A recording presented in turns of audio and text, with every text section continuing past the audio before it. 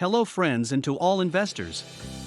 Thank you so much for your interest and today we're going to dive into Mr. Phil Town's investment strategies. Please we recommend that our audiences go by and read his book Rule Number 1 for the full contents. Did you know that from 1906 the Dow Jones is at 100 points and move it forward to 1933, the Dow Jones falls back to the same milestone of 100? This is like leaving your money in the stock market for 27 years and nothing grows. Some might ask, what is the Dow Jones? The Dow Jones is a basket of the 30 biggest companies in the United States market. The general sentiment is if we track these 30 biggest companies in the United States, we can somewhat tell how the overall economy is doing.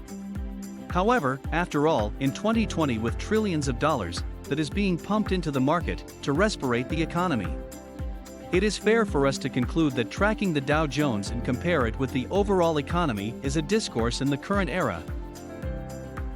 Mr. Phil Town suggests that sometimes leaving our capital in the market for too long might not be the best solution. Taking from the history of the Dow Jones given earlier. So what do the average investors like us do? There are a few strategies in Mr. Phil Town's book Number 1 Rule worth knowing if we want to pick our own stocks to buy. Please remember we are not a financial expert and please consult with your financial planner before you buy anything.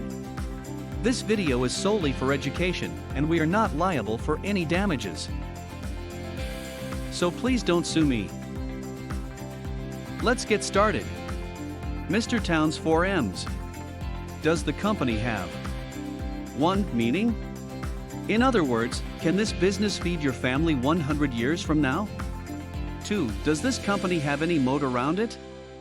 Basically, any protection from their competitors? Please check out our other video Mary Buffett Part 2 for more details on moats. 3. Management. Do they have a lot of skin in the game? Or are they just working to suck the company dry? A good way to see this is from the SEC filing in the 10K, under management compensation. Some of these managements are paid very well and handsomely to stir the ship to nowhere and, even sometimes straight into the iceberg. Look out for this type of management. 4. Margin of safety. Are you buying this company with a price safety behind it? Mr. Warren Buffett mentioned on the margin of safety, which means, don't try and drive a 9,800-pound truck over a bridge that says it's, capacity, 10,000 pounds. But go down the road a little bit and find one that says, capacity, 15,000 pounds. Before we move on to Mr. Phil Town's Big Fives, if you didn't click likes and subscribe, please do it now. This will really help us to survive and really help us with the YouTube algorithm. Thank you so much in advance for your likes and subscription. Very important to note, can this business survive with inflation?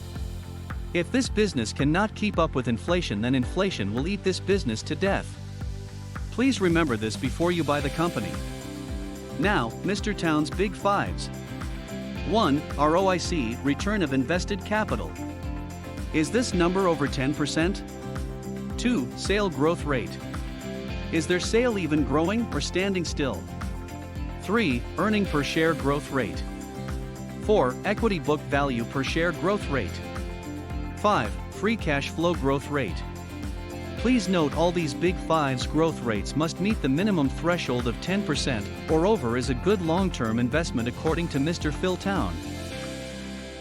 Please remember consistency is always the key. If the number is not consistent, this could mean the management is not doing well in steering the company on the right path. Before we move on to know when to sell a stock, please remember when and if we do well in life, seek ways to pay it forward to others that are less fortunate than us. This message was brought to you by payingforward.net. Direct giving to one another is what they believe in. There are 2 ways according to Mr. Phil Town in when to sell a stock. The best way is to never have to sell any company we own, but if we do have to, then follow these 2 fundamentals. 1. The company no longer has any moat to protect it from the competitions. For example, a patent that allows this company to thrive and exclusive rights to make a particular product have just expired, leaving others to march their ways in. 2. The company is trading way above the sticker price. Please visit Mr. Phil Town's website to get the sticker price and other cool calculators at rule1investing.com. And if you like more of intrinsic value calculators, please check out our website at valuesnip.com. We will leave all the descriptions below. Overall, rule number 2 suggests that when the stock is trading at an overprice than their intrinsic value, then we should consider selling it now and buy it back when it no longer overpriced. In order to do this, have the company on your watch list and set an alarm when the company fall below a certain price. But please make sure you review the company fundamentals first to see if nothing major has changed before buying it back. Thank you so much for your time and your attention. We really appreciate it, and please, if you didn't click like and subscribe, may you kindly do it now. Once again, thank you, and we hope to see you in the next video. Nothing major